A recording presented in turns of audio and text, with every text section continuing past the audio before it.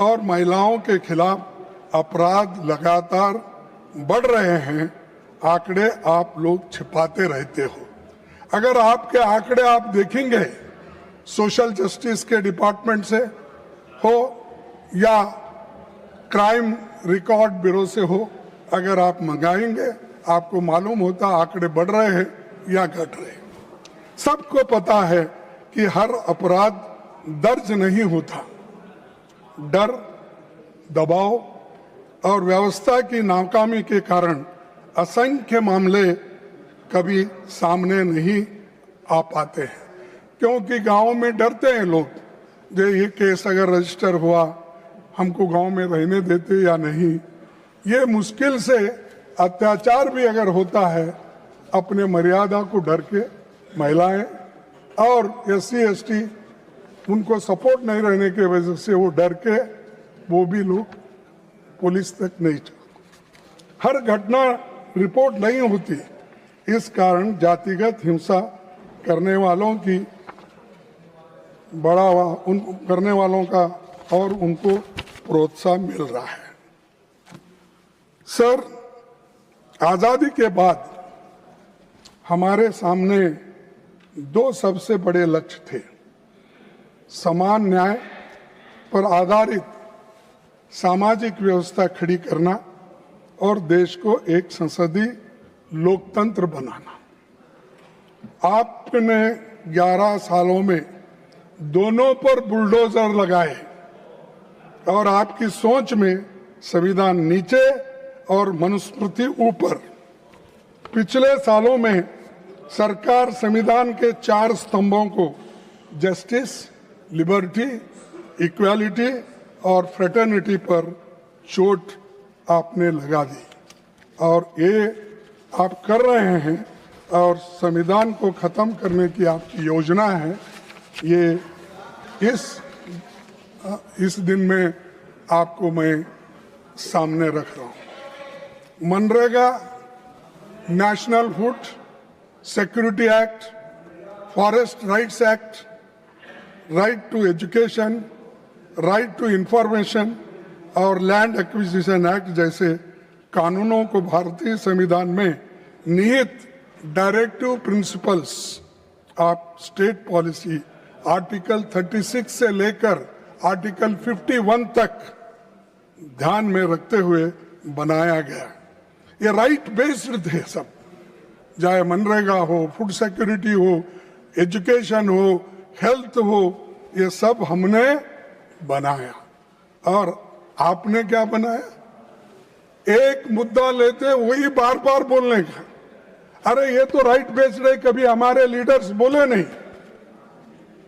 श्रीमती सोनिया गांधी जी, मनमोहन सिंह जी, इसको सबको directive principles को हक के रूप में लाके जनता की भलाई के लिए उन्होंने किया। आपने क्या किया?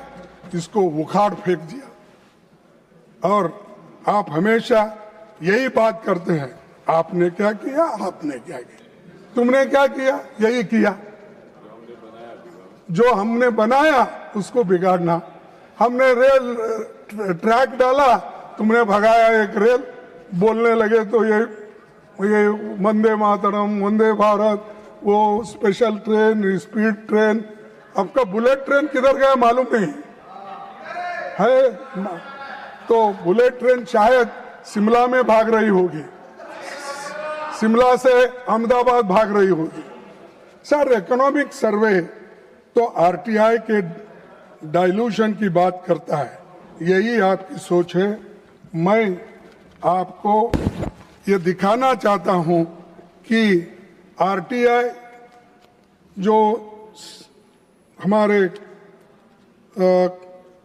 ये है उसमें ये लिखा गया है, unless carefully planned RTI risks becoming an end in itself with disclosure celebrated regardless its contribution to better governance। ये CAG की रिपोर्ट है, मेरी नहीं। अगर आपको होना है, ये मैं आपको देता हूँ, इस टेबल पे रखता हूँ, आप इसको अच्छी ढंग से पढ़िए।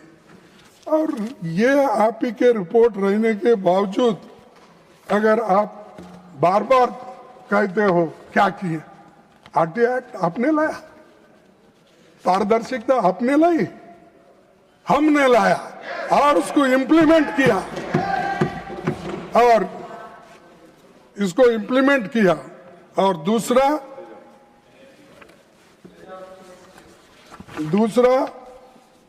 इकोनॉमिक सर्वे में जो कुछ अपनी बातें उन्होंने रखी नड्डा साहब ने, वो सिर्फ उनके लिए जो सूट होता है वो रखे, ये क्यों नहीं बोले?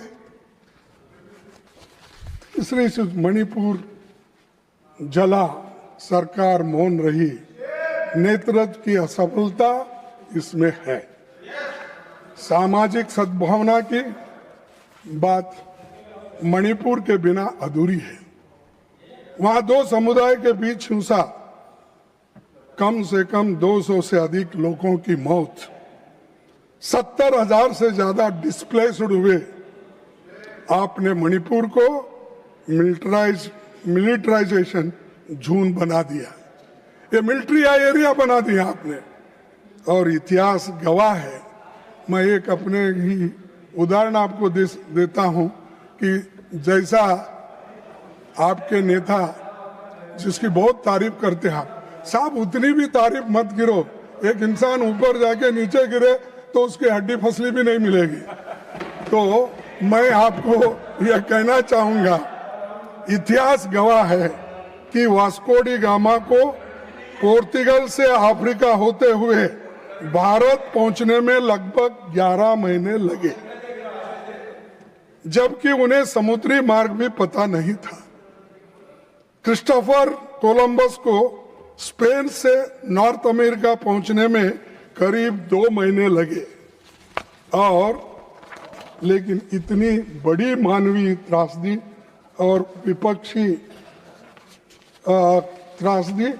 विपक्ष की लगातार मांग के बावजूद हमारे प्रधानमंत्री दिल्ली से मणिपुर पहुंचने को 2 साल लगे।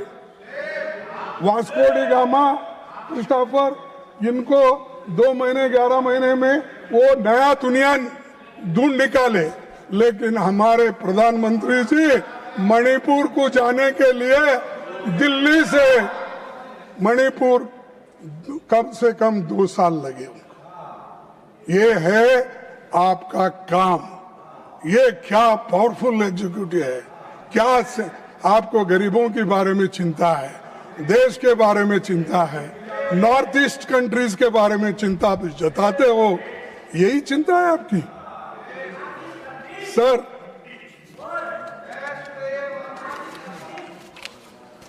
और मैं और भी बताना चाहता हूं सर, कम्युनल जहर और भारत की आत्मा पर हमला, सर सामाजिक सद्भाव के लिहाज से देश बेहद खतरनाक दौर से गुजर रहा है।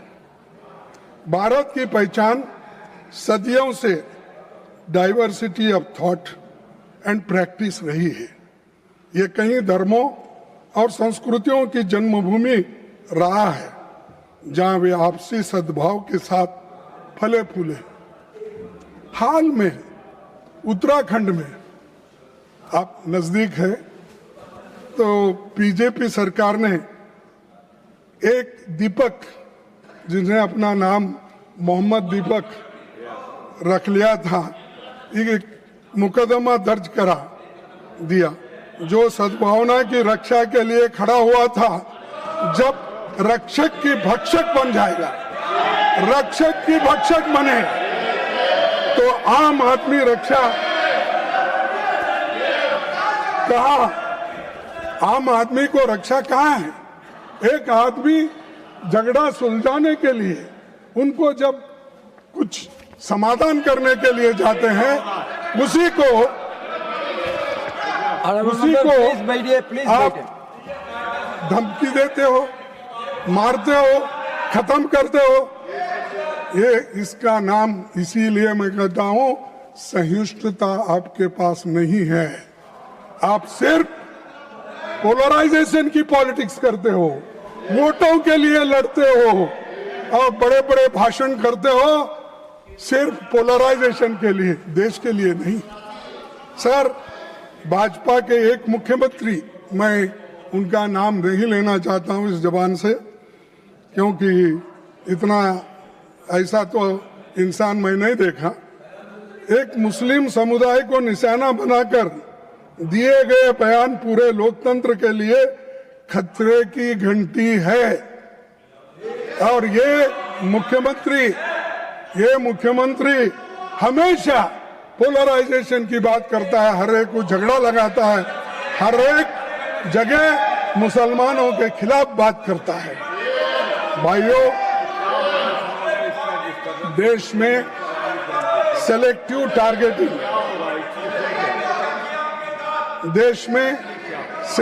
टारगेटिंग और बुलडोजर पॉलिटिक्स, सर, देश में सेलेक्टिव टारगेटिंग और बुलडोजर पॉलिटिक्स को रणनीतिक तौर पे इस्तेमाल किया जा रहा है।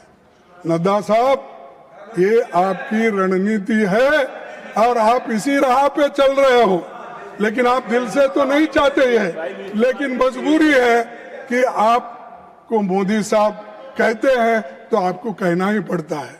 तो इसीलिए मैं आपसे विनती करूंगा, सर,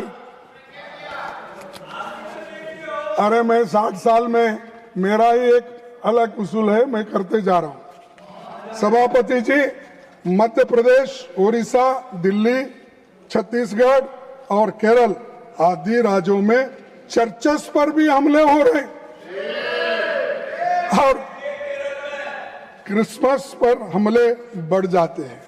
सर, मोदी जी केरल में चुनाव आने पर चर्च की प्रार्थना में जाते हैं, दिल्ली में जाते हैं, प्रार्थना में भाग लेते हैं, पर उन पर होने वाले अत्याचार, हमलों पर खामोश रहते हैं, मौन रहते हैं। सर, माइनॉरिटीज के खिलाफ objectionable, inflammatory and divisive speeches को बढ़ावा दिया जा रहा है। ईसाइयों और मुसलमानों के खिलाफ जहर उगले बिना उनको खाना हजम नहीं होता आपको। इसीलिए मैं कहना चाहता हूं, कम से कम आपके लोगों को बोलिए ऐसा जहर उगालना बंद कर देना। अरे आपको पावर मिला है, उसका ठीक ढंग से इस्तेमाल करो, उसके बजाय पोलराइजेशन के लिए, वोटों के लिए जहर मत दे दो लोगों को और देश मत तोड़ो। और इसके बजाय आप अपना खुद आप सोचिए इसके बारे में। बीजेपी का प्रवक्ता बनने के क्वालिफिकेशन ये है इनके पास, हेट स्पीच। जो ज्यादा मुसलमानों के, ईसाइयों के खिलाफ बोलेगा वो बड़ा बहादुर आदमी इनमें है, बड़ा ज्ञानी आदमी और बड़ा वो क्या है, इनका प्रोटेक्टर बनता है। वो गालियां देना एक ही काम उनका, औरत हो मर्द हो, वो क्या उसमें कोई फर्क नहीं, उनका प्रवक्ता है। सर, इससे देश की छवि के नुकसान पहुंच रहा है और साथ ही कॉन्स्टिट्यूशन का कोर वैल्यूज भी कमजोर हो रहे हैं। हमें तकलीफ है कि राष्ट्रपति जी, जिन्होंने गरीब और कमजोर तबके की पीड़ा को खुद देखा है, उनके अभिभाषण में इस गंभीर चिंता की कोई झलक नहीं है। मैं अभिभाषण पे ही बोल रहा हूं, नड्डा साहब, हमें तकलीफ है कि राष्ट्रपति जी, जिन्होंने गरीब और कमजोर तबके की पीड़ा को खुद देखा है, समझा है, उनके अभिभाषण में इस गंभीर चिंता की कोई झलक नहीं दिखती, क्योंकि आपने जो कहा, जो लिख के दिया, वही पढ़ना पड़ता है, वही उन्होंने पढ़ा। क्या आप विकसित भारत नफरत और विभाजन की बुनियाद पर खड़ा करना चाहते हैं? और अगर ऐसी ही आपका रवैया रहा, देश आज ना कल आपको देश के टुकड़े करने के लिए आप ठहरे हुए हैं, ये मैं कहना चाहता हूं। अब संविधान और संसद के प्रति इनकी सोच पर चंद बातें करूंगा। संसद में शॉर्ट नोटिस क्वेश्चन, कभी एडमिट किए सब? हाफ एन आवर डिस्कशंस और प्राइवेट मेंबर बिल्स अब अहमियत नहीं रखते, जबकि ये हथियार आम जनता की पीड़ा और ज्वलंत मुद्दों को सदन में लाने का माध्यम है। इसीलिए मैं आपको वो भी इस सदन के सामने रखूंगा कि किस ढंग से आप ये बिल्स को discussion, half an hour discussions को, शॉर्ट नोटिस, कैसा आप अलाउ ही नहीं करते डिस्कशन के लिए। तो इसीलिए मैं डिटेल में नहीं जाना चाहता हूं। मैं यहाँ पर वो बना के लाया हूं। आपने क्या यूपीए टाइम में 3004 half an hour discussion, half an hour discussions admitted 30, half an hour discussion held 19। NDA सरकार के जमाने में 66 half an hour discussions filed और उसमें half an hour discussions admitted 3, चर्चा 2। और एक बार पढ़ो। तो ये आपका काम है, ये भी मैं सदन के सामने रखना चाहता हूं। और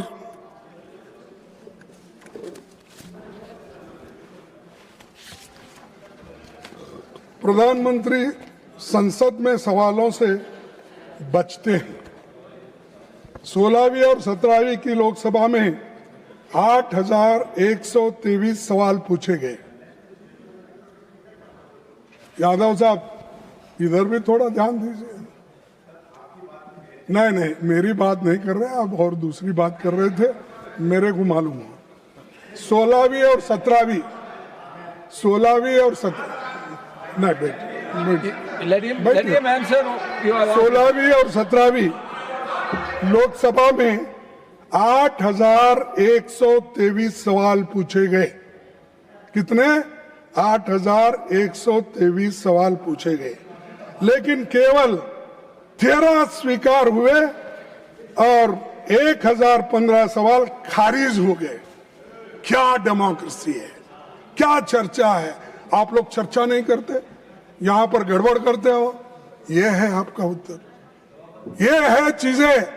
ये डेमोक्रेसी के खत्म करने के लिए आपने कर रहे हो, क्या डेमोक्रेसी को प्रोटेक्ट करने के लिए और प्रमोट करने के लिए कर रहे हो? मुझे बताइए सर। उसके अलावा जितने सवालों का जवाब दिया गया, उससे 78 गुना ज्यादा सवाल खारिज हो गए। 78% खारिज हो गए। तो जब प्रधानमंत्री जवाब नहीं देते तो मंत्री भी सवालों के जवाब देने के बजाय प्रधानमंत्री का गुणगान करते हुए उनकी भजन मंडली बन जाते हैं और खुद मेरे कई महत्वपूर्ण राष्ट्रीय मुद्दों के क्वेश्चंस को डिसअलाउ कर दिया। उदाहरण के तौर पर वो मैं यहाँ पर आपको बताऊंगा, लेकिन वक्त की कमी होने की वजह से मैं आपको इतने सब जो है, आपने किस ढंग से इन क्वेश्चंस को बोलिए, हमारे प्रश्न को बोलिए, यहाँ से उन्होंने खत्म कर दिया। और एक statehood for Jammu and Kashmir या 6th शेड्यूल फॉर लद्दाख जैसे मुद्दों पर सवालों को हाइपोथेटिकल बोलकर खारिज कर दिया गया। अरे जम्मू कश्मीर को स्टेटहुड दो, या हाइपोथेटिकल है, और लद्दाख को स्टेटहुड देकर उसको 6th शेड्यूल में डालने के लिए हम रिक्वेस्ट किए, वो हाइपोथेटिकल है और आपका वायदा है। अरे कम से कम वायदे तो मत भूलिए। नहीं, आपको भूलने की आदत है, वो बात और है, लेकिन ये चीजें आपने ही कहा, हम नहीं, आपके चुनाव में कहा, इसका खूब प्रचार कर लिए, लेकिन अब वो भी सुस्त है, आप भी सुस्त हो गए। मुझे समझ में नहीं आ रहा। नहीं, नड्डा साहब जो प्रेसिडेंट थे, शायद ये क्रेडिट नड्डा साहब को जाएगा समझ के उन्होंने नहीं किया होगा, मुझे मालूम नहीं, क्योंकि स्टेटहुड अगर आपके ज़माने में होता, 6 शेड्यूल में अगर लद्दाख आता तो क्रेडिट नड्डा को जाएगा, इसीलिए उन्होंने बोला कि छोड़ दो इसको, जब जमाना ठीक कर लेगा। सर, अग्निवीर स्कीम जो सीधे युवा और रोजगार नीति से जुड़ी है, उसे सीक्रेट नेचर का बताकर खारिज कर दिया। ये मेरे प्रश्न के उत्तर आपके। सर, जब मैंने मणिपुर में डिस्प्लेस्ड लोगों के पुनरावासन पर संसद में प्रश्न पूछा तो उससे मैटर बिफोर कोर्ट बताकर उसको खारिज कर दिया। संसदीय जवाबदेही से बचना संसदीय विशेषाधिकार का उल्लंघन ही नहीं, लोकतंत्र को खत्म करने का एक नया तरीका आपने ढूंढ लिया है। तो मैं आपसे चाहूंगा कि आप सही माने में इस देश में डेमोक्रेसी को टिकाना चाहते हैं और सबको मदद करना चाहते हैं, ये पहले प्रश्न के उत्तर आप देने का सीखिए। दूसरी, ये सरकार मनमाने तरीके से देश पर नए कानून थोपना चाहती है, इसीलिए तमाम विधेयक जबरदस्ती पारित किए जाते हैं और यहाँ तक कि विपक्ष की मांग के बावजूद उन पर न तो चर्चा होती और छानबीन के लिए उसको कमिटियों में भेजते हैं, चाहे स्टैंडिंग कमेटी हो, जॉइंट कमेटी हो, सेलेक्ट कमेटी हो, कहीं नहीं भेजते, सब रिजेक्ट करते हैं। अरे आपको मेजॉरिटी का इतना अहम है, गर्व है, तो ये गरीबों के ऊपर मत चलाइए, डेमोक्रेसी को खत्म करने के लिए उपयोग मत करो। आपको मैदान खुला है, आप भाग रहे भागो, कहाँ तक भागेंगे हम देखेंगे। यूपीए सरकार के कार्यकाल 14 और 15 लोकसभा में 455 में से 315 विधेयक संसदीय समिति को भेजे गए। और एक बार पढ़ो, 455 में से 315 विधेयक संसदीय समिति को भेजे गए। और आपके सरकार में, वर्तमान सरकार में 421 में से केवल 77 विधेयक ही संसदीय समिति को भेजे गए। 77, इवन 19%। ये है आपकी डेमोक्रेसी, ये है आपकी नीति और ये है आपको बढ़ावा देने का तरीका। और राष्ट्रपति ने सबका साथ, सबका विकास, सबका विश्वास, सबका प्रयास, क्या अच्छा कोटेशन है ये, हाँ क्या बात है। लेकिन संसद में न तो सबका विश्वास बना लिए और न सरकार ने प्रयास किया एक करने के लिए, कोई प्रयत्न उन्होंने नहीं किया। लेकिन बोलते तो ये है कि सबका साथ, सबका विश्वास, सबका प्रयास, ये बातें रखते हैं, काम तो करते हैं। सर, नॉन एनडीए रूल्ड राज्यों में राजभवन बीजेपी आरएसएस के दफ्तर बन गए हैं। राज्यपाल केंद्र सरकार के एजेंट की तरह काम कर रहे हैं। संविधान के आर्टिकल 154 के अनुसार राज्यपाल राज्य का कार्यकारी प्रमुख होता है और उनसे अपेक्षा की जाती है कि वो सभी मामलों में मंत्रिपरिषद की सलाह पर ही कार्य करे। जब संविधान सभा में गवर्नर के अपॉइंटमेंट के बारे में चर्चा हो रही थी, तब बाबा साहब अंबेडकर ने कहा था कि गवर्नर हैज नो पावर, क्योंकि उस वक्त ये चर्चा हो रही थी कि हम या नॉमिनेटेड गवर्नर करना चाहिए या इलेक्टेड। तब सभी ने फिर बाद में माना कि नॉमिनेटेड होना, इलेक्टेड न हो। तब उस वक्त की बात है, उन्होंने कहा कि सम्मति से जो कुछ भी वहाँ पर निर्णय हुआ तो मैं उसका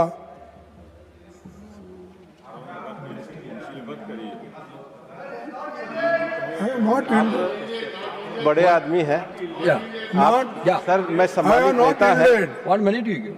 no sir No, he asked you 2-3 times. Letting him. अरे Let us listen what he want to sir say. इनको इतिहास बहुत पता है। ये इतना बता दें, रामलाल जी ने आंध्र प्रदेश में क्या किया था, ये देखो हंसराज भारद्वाज जी ने कर्नाटक में क्या किया था, अरे मैं बोल रहा हूँ आज की बात, रमेश भंडारी जी ने मैं कह रहा हूँ आज की बात, आपकी करतूत और बाद में आपके नेता की करतूत में बात कर रहा हूँ। तुमने वो कर्नाटक किया हाईकोर्ट पीछे और कितने दिन रामाराव जी करेंगे? जो आए थे कितने दिन यही परेड बोलते करने, जाएंगे? उनके बारे में बताएंगे तो ये देश के लोकतंत्र के लिए अच्छा रहेगा। सर ये कितने दिन ये बोलते बोलते फिरेंगे?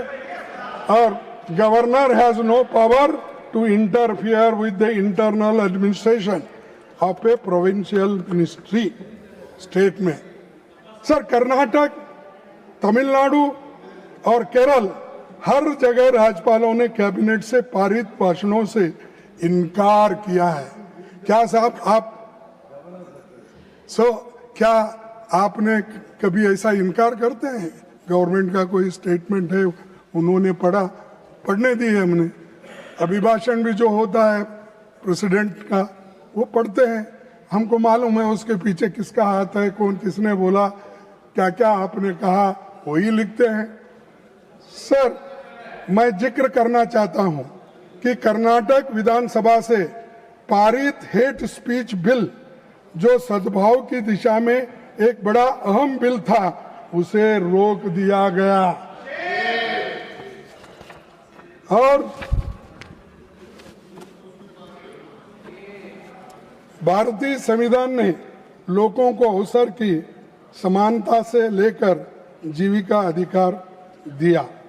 आरएसएस बीजेपी के मन में बराबरी की बात कभी नहीं है। उनकी सोच अमीरों और अमीर बनाना और गरीब को और गरीब बनाना। वर्ल्ड इनइक्वालिटी रिपोर्ट 2026 के अनुसार भारत में टॉप 1% के पास देश की लगभग 40% संपत्ति है, टोटल वेल्थ सिमट चुकी, और टॉप 10% 2/3 यानी 65% है हाउस होल्ड असेट्स के मालिक। और मैं कहूँगा इनकम के स्तर पर भी टॉप 10% के अकेले 58% नेशनल इनकम ले जा रहा है, जबकि बॉटम 50% सिर्फ 15% पे छोड़ दिया गया। 50% लोग, सिर्फ 15% असेट उनके पास है। क्या इस इनइक्वालिटी को आप दूर करने में लगे हैं? हमारे को बोले गरीबी हटाओ, आपने क्या किया, आवास क्या किया।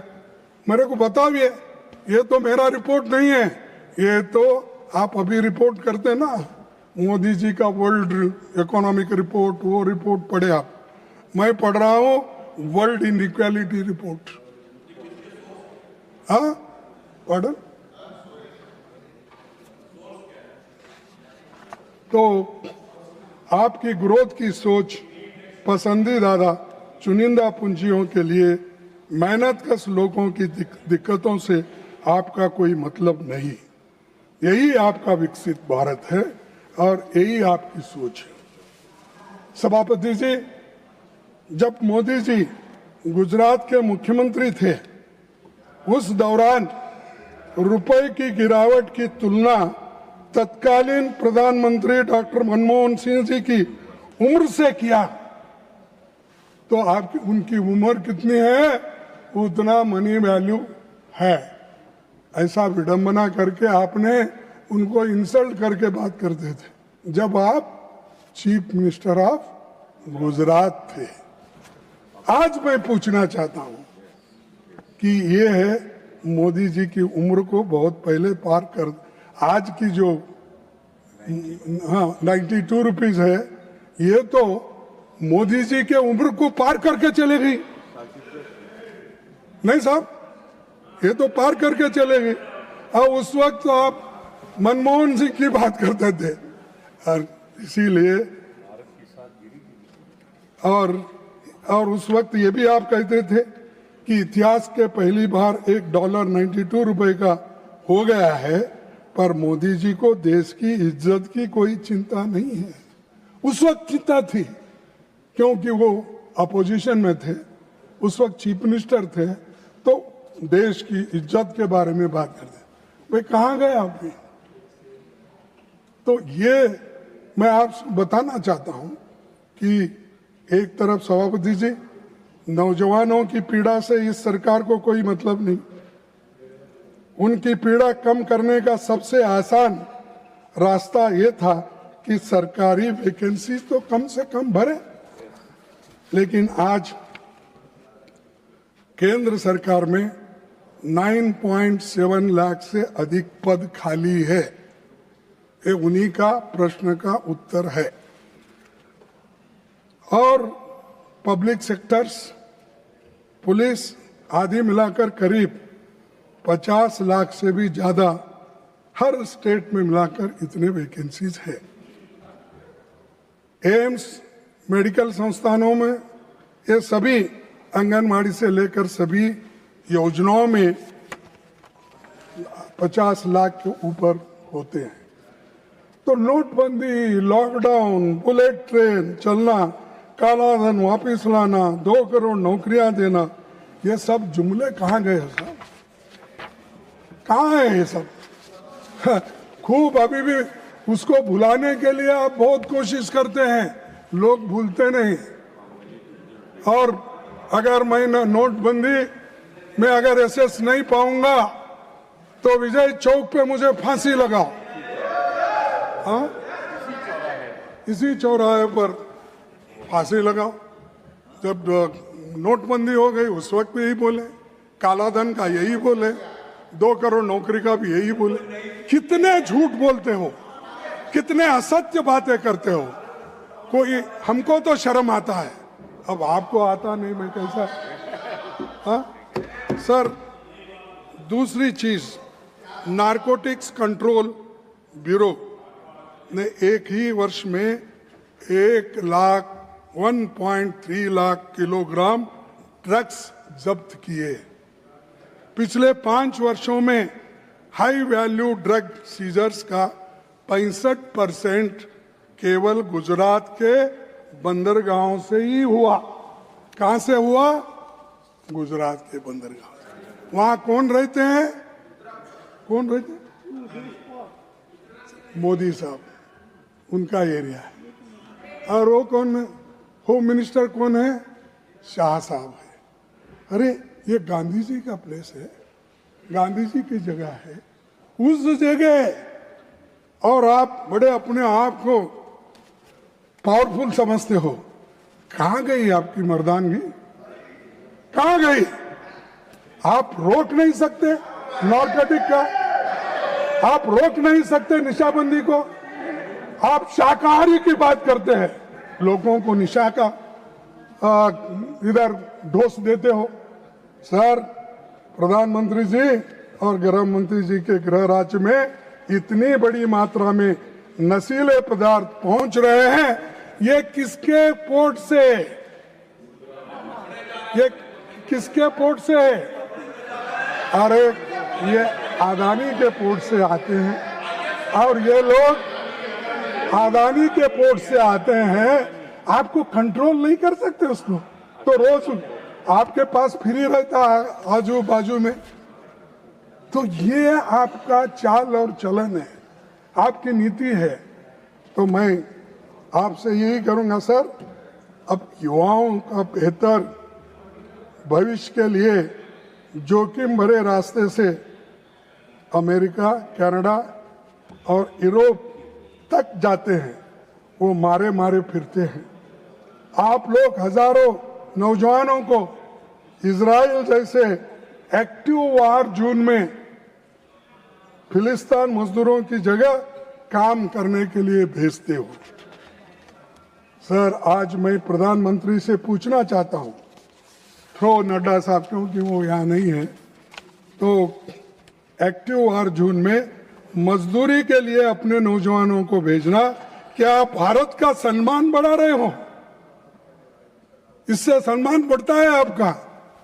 विश्व गुरु, अरे गुरु, कम से कम तेरे लोगों को नौकरी तो दो, एक दिन का खाना तो दो, सर पे छत तो दो, कुछ तो करो। लेकिन आप सबको टीका करने में लगे हो और दुनिया में फिरते रहते हो। आज यूपीए सरकार ने मनरेगा को अधिकार आधारित बनाया था, तो जिसमें मांग पर करोड़ों मजदूरों को कानूनी गारंटी मिली थी।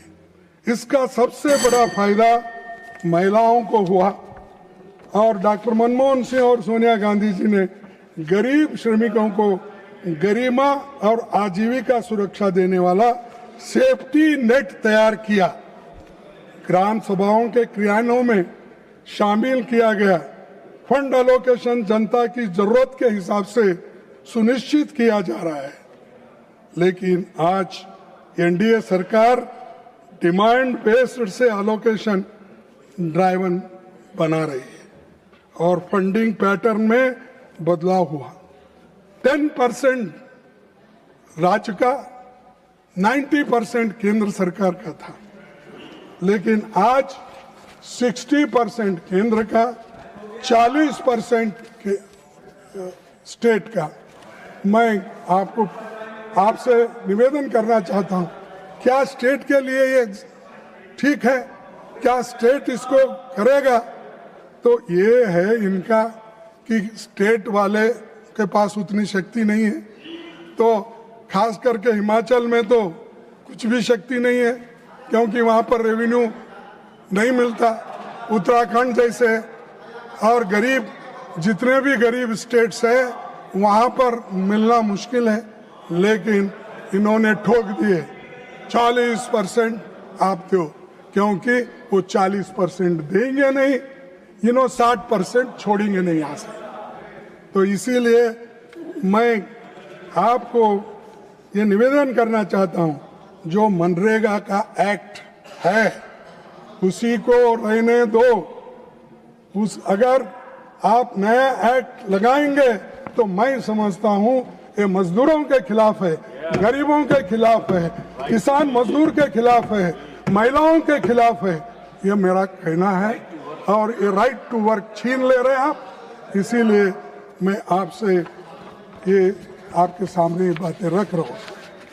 और मनरेगा का मूल स्वरूप भी आपने बदल डाला। हमारी मांग है कि गांधी जी के नाम पर तो कम से कम राइट टू वर्क फिर से बहाल होने दो।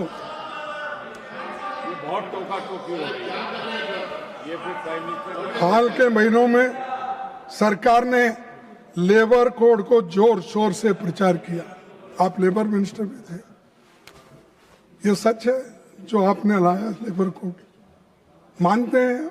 दिल से बोलिए। तो नहीं बोलेंगे, क्या बोलेंगे? वही है कि मजदूरों के खिलाफ बोलेंगे?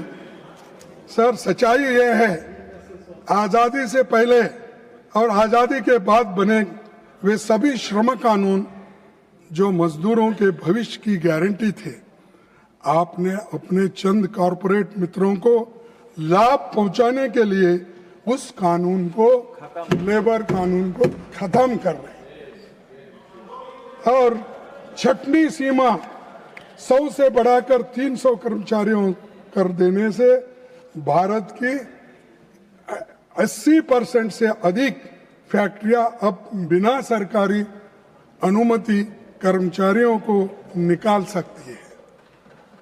और पहले ज़्यादा लेबर इंटेंसिव काम था, लेकिन हमारे पास मशीनें ज़्यादा आ गई है।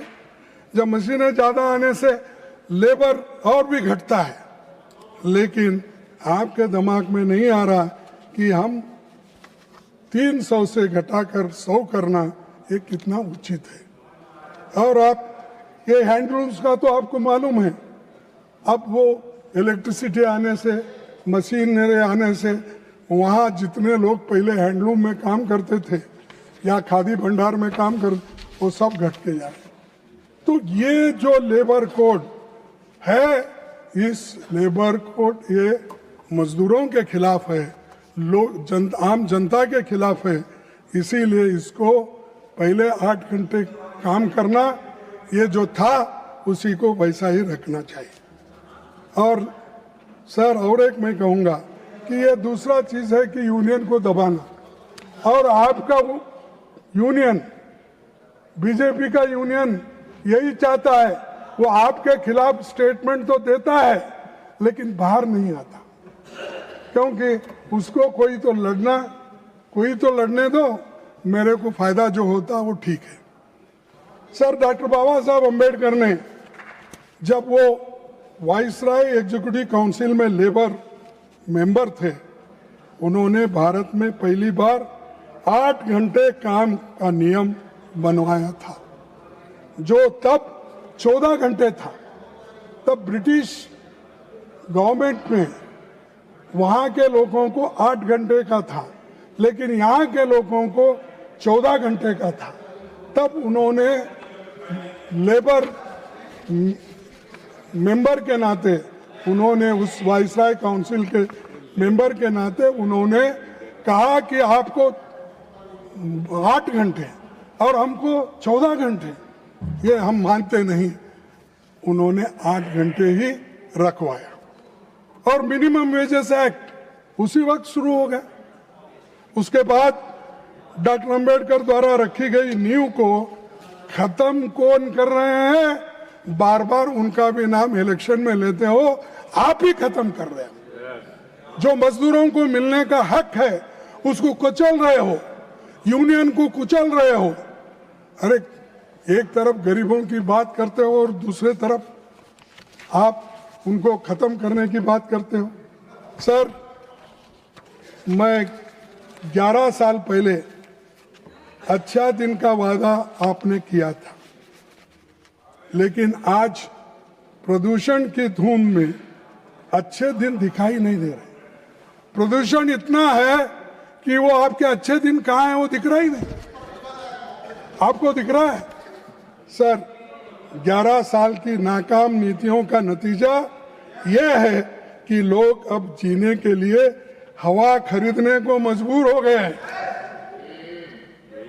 90,000 करोड़ का एंटी पॉल्यूशन डिवाइसेस का बाजार खड़ा हो गया है। ईज ऑफ बिजनेस की बात करने वाले ईज ऑफ ब्रीदिंग नहीं दे पा रहे। तो इसलिए मैं आपसे यही कहूँगा कि आपके गलतियों को छुपाने के लिए आप इधर उधर की बात मत करो, सीधा आओ। भाई गलती है, इसको सुधार लेंगे कहो, लेकिन उधर आप देखना नहीं चाहते। सभापति जी, संसद सत्र चल रहा है। इस बीच भारत अमेरिका ट्रेड डील हुई, लेकिन उसके बारे में सांसदों को सरकार से नहीं बल्कि राष्ट्रपति ट्रंप से पता चला। सरकार से नहीं, राष्ट्रपति ट्रंप से चला। हमारा संसद चल रहा है। नड्डा साहब को मालूम नहीं, यादव साहब को मालूम नहीं। ट्रंप बोल रहा है इस देश को क्या करना, कैसे ढंग से चलाना, वहां से वहीं वो काम कर रहे हैं। सर, इस डील से भारत का किसान तबाह होगा।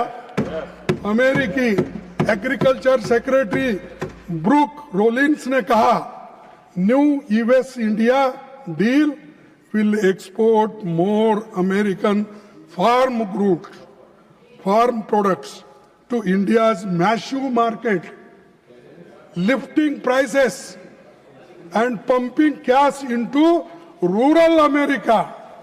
यानी अमेरिका के रूरल लोगों को, एग्रीकल्चरिस्ट को फायदा इससे मिलता। ये एग्रीकल्चर मिनिस्टर वहां कहते हैं, अरे तुम हमारे एग्रीकल्चरिस्ट को, हमारे फार्मर्स को यहां से कुचल दे रहे हैं, उनको खत्म करना चाहते हैं।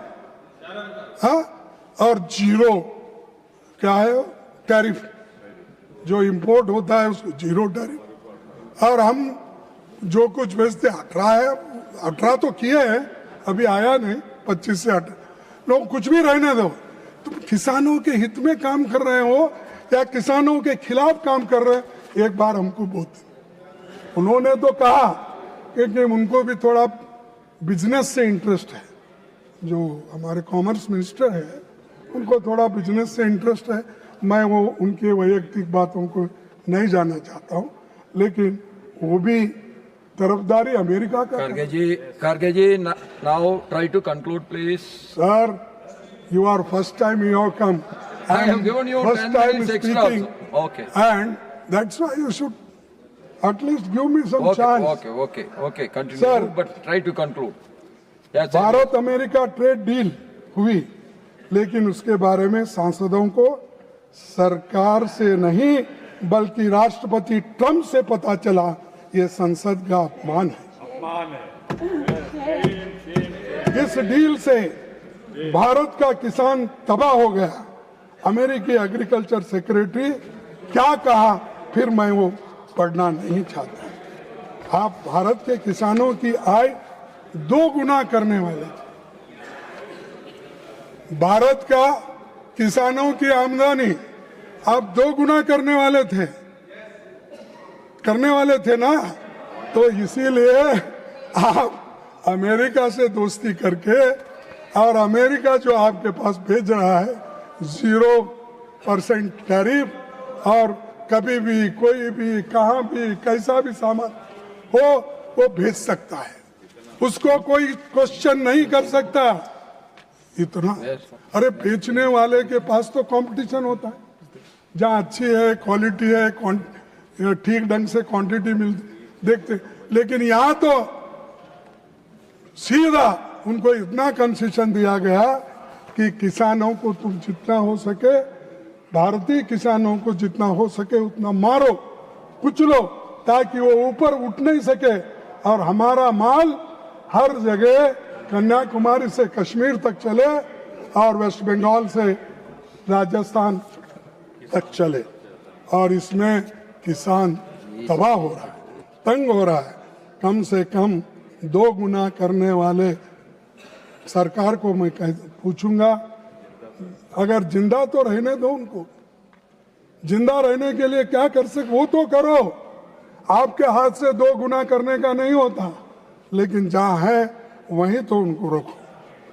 मामूली आमदनी वाले भारतीय किसान हेवीली सब्सिडाइज्ड अमेरिकी कृषि उत्पादनों का कैसा मुकाबला करेंगे।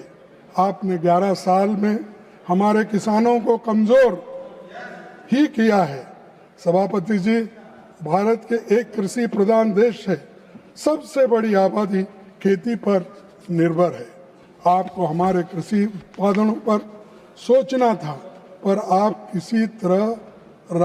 किसी और तरह आप राह पे चल रहे हैं। यदि कृषि आयात बढ़े तो भारत की एमएसपी प्रणाली पर दबाव पड़ेगा। आपने इस बजट में भी किसानों के हक में कुछ नहीं किया। आपने बिना तैयारी के करोड़ों भारतीय किसानों को बेहद संपन्न अमेरिकी किसानों का मुकाबला के लिए आप खड़ा कर रहे हैं। इस बात को समझने के बिना भारत का बाजार खोलना हमारे किसानों को बर्बादी की ओर ढकेलना ये है।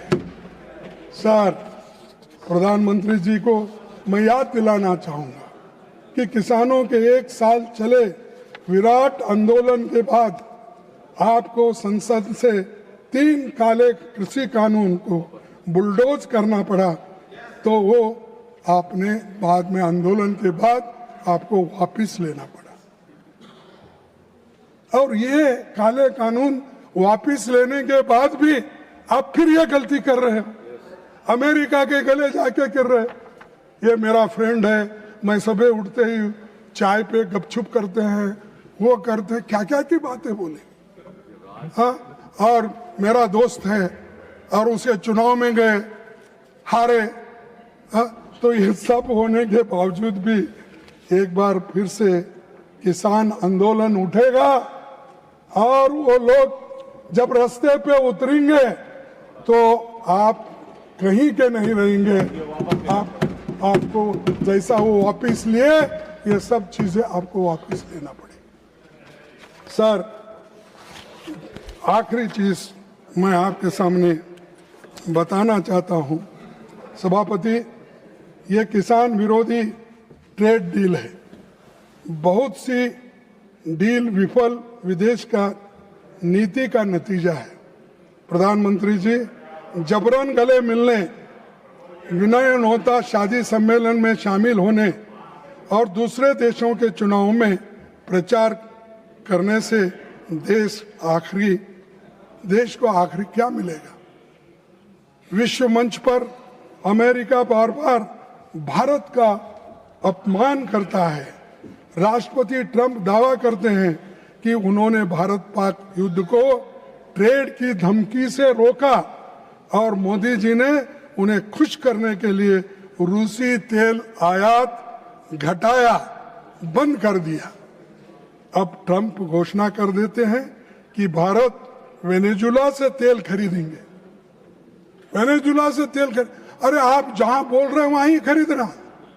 आप किसके दुकान पे जाओ थे उसी पे जाना।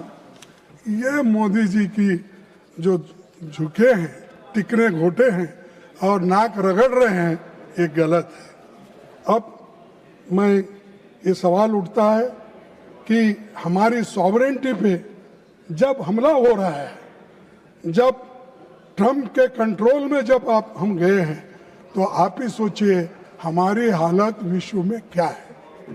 सर, हमारा सबसे करीबी पड़ोसी नेपाल, चीन, ये सब लोग आज मिल रहे हैं और भारत के काला पानी, लिपू लेक और लिम्पियाधुर जैसे क्षेत्रों पर नेपाल अपना दावा कर रहा है। 71 के बाद पहली बार बांग्लादेश, चीन और पाकिस्तान के साथ नजदीक आ चुके हैं और बांग्लादेश में हिंदू अल्पसंख्यकों पर हमले हो रहे हैं, फिर भी हमारी सरकार चुप है। और मोदी जी हमेशा बात करते हैं सबका संरक्षण करूंगा। मेरा 36 इंच छाती है, 56 सॉरी मैं माफी मांगता हूं आपसे, तो 56 इंच छाती मैं कम कर दिया, इसीलिए नड्डा साहब प्लीज मैं माफी चाहता हूं। खड़गे जी, प्लीज कंक्लूड। मेरे no personal No, okay. Please, I leave it, sir. Leave it. No, that will not go on record. You please conclude. नहीं, मैं जो बोला वो नहीं जाएगा, लेकिन मोदी साहब बोले हैं वो तो जाएगा ना। मैं बोलूंगा नहीं जाएगा। मोदी साहब जो बोले इस सदन में, उन्हीं की बात। Even sir, don't make any personal things. You please go on. Modi ji खुद बोलते हैं तो वही तो दोहरा रहे हैं।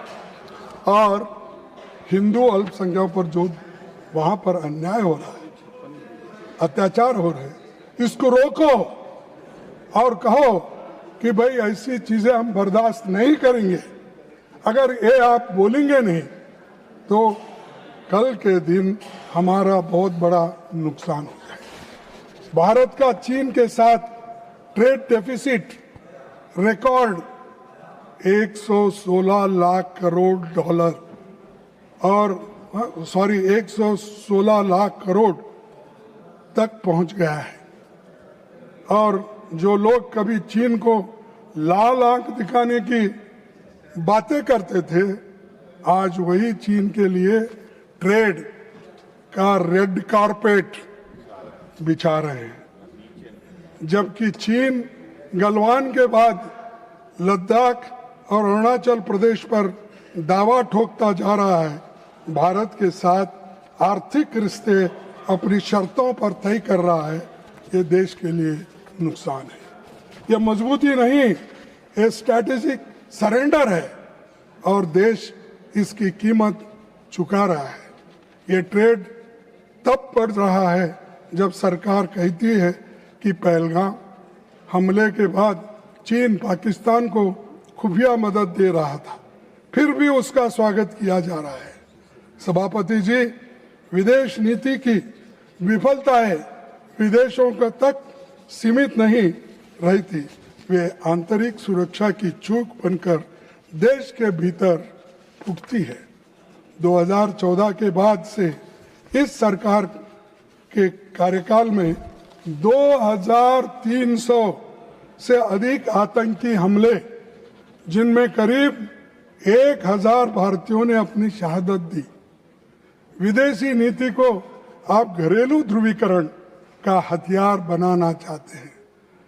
चुनावी लाभ के लिए ऐसा दुरुपयोग लोकतंत्र और विदेश नीति के लिए खतरनाक है।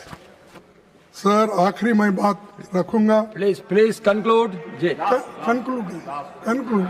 इसके बाद आप बोले तो भी नहीं बोलूंगा। Please conclude. सर, सभापति जी, मैं अंत में इस सरकार से जानना चाहता हूं कि वे किस प्रकार का भारत बनाना चाहते हैं।